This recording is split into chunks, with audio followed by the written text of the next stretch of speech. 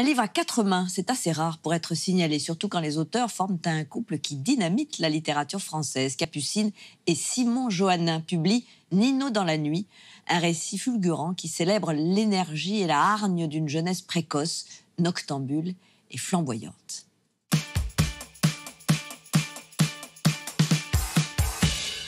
On est Simon et Capucine Johannin, on a 26 et 27 ans et on vient respectivement du sud de la France et de banlieue parisienne. On est co-auteurs de Nino dans la nuit.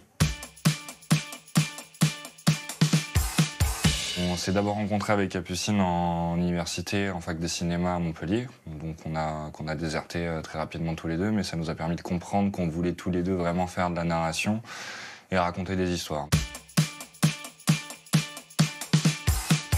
Alors Nino dans la nuit, c'est l'histoire d'un jeune couple, donc Nino et Lale, qui à travers une série de petits boulots et d'expériences plus ou moins désastreuses vont petit à petit tirer le constat que ce monde n'est pas tout à fait fait pour eux, ou plutôt qu'ils ne sont pas tout à fait adaptés au monde qui les entoure. On avait vraiment envie de parler de ce qu'on connaît, on avait envie de parler de nos amis, de ce qu'on a traversé.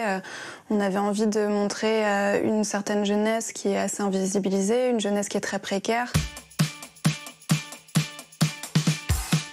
Ce qui nous a influencé pour Nino, c'est vraiment ce qu'on aimait quand on était ado, Larry Clark, Harmony Korine, Gus Van Sant. Moi, je suis un grand lecteur de Jean Genet, cette écriture de la marge qui cherche à mettre en beauté des choses qui étaient considérées comme étant absolument innommables. Donc en fait, on avait envie de collaborer avec d'autres artistes pour la sortie de Nino. Et on avait entendu parler de Contrefaçon, mais on les connaissait pas. On a regardé leurs vidéos. On a trouvé que ça correspondait vraiment à l'esprit du livre. Et du coup, ils ont écrit le clip suite à la lecture du livre. Je vois rien d'autre que l'intérieur de mes paupières où je laisse exploser les ombres.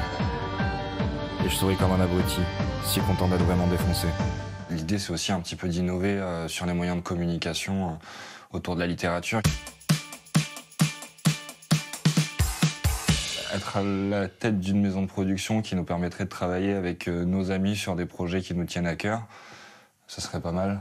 Ouais, tout simplement être heureux et être sage. Je me demande pourquoi moi si con choisi par toi si pur. Mystère de l'amour.